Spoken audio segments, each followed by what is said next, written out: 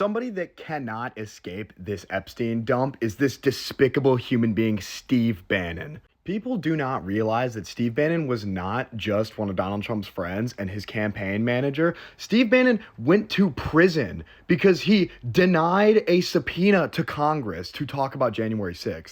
Here's Epstein creating a list for Steve Bannon with insane names like Peter Thiel and Noam Chomsky on it, and Chuck Schumer potentially, Rockefellers, and then all of these fake names. Barack is in here too. Here's Steve Bannon writing Jeffrey Epstein a super weird poetry and them discussing their mutual love of Hitler with each other. Here's them discussing the fate of Slovakia and talking about collapsing their government together. Here they are again, allegedly having a meeting with Reed Weingartner, which is Jeffrey Epstein's personal defense lawyer, and Miroslav, who was the former foreign affairs minister to Slovakia. Seeing the correspondence that Jeffrey Epstein had with Steve Bannon and how Jeffrey Epstein seemed to want to shit talk and blackmail and use Donald Trump, it's made me question their relationship.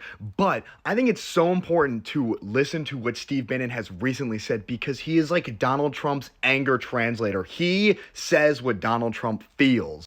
If you take power and exert it, this system's not so tough. You know why? They're all gutless cowards. The university administrators, they're not that tough. The big law firms, they're not that tough. The media, look who's cratered. How many times, look how they're settling with Trump. They're not tough. We're resilient, we're anti-fragile, and we're tough. The people around Trump are battle-hardened, okay? You're not gonna scare us, and we're not gonna stop. And what we know is you guys are a bunch of you will crater. PBS is gonna crater. You don't believe actually at your core in what you're trying to do. And you'll fold, like the law firms, like the universities, like the media, like all of these institutions. You will fold because we're relentless and we're not going to stop.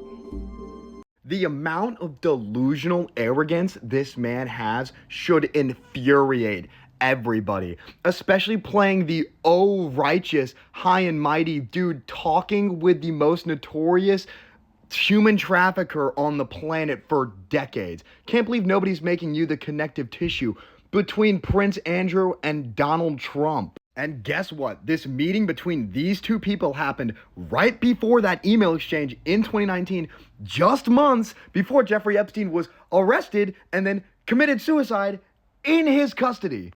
I don't know about any of y'all, but I don't want these freaks to be in charge of me at all. Well, he's going to get a third term. So Trump 28, Trump is going to be president in 28, and people just ought to get accommodated with that.